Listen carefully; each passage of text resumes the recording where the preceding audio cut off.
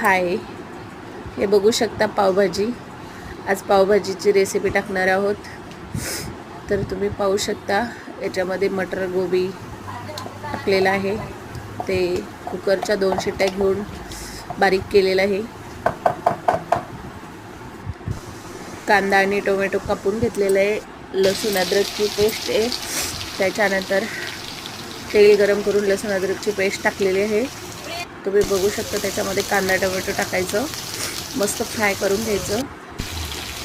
त्याच्यामध्ये थोडंसं तिखट टाकायचं, पावभाजी मसाला टाकायचं आणि मस्तपैकी फ्राय करून घ्यायचं.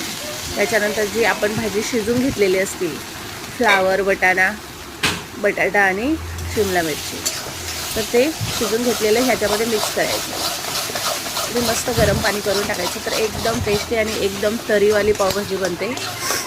याला आमच्याकडे गावरान पावभाजी असं बोलतात.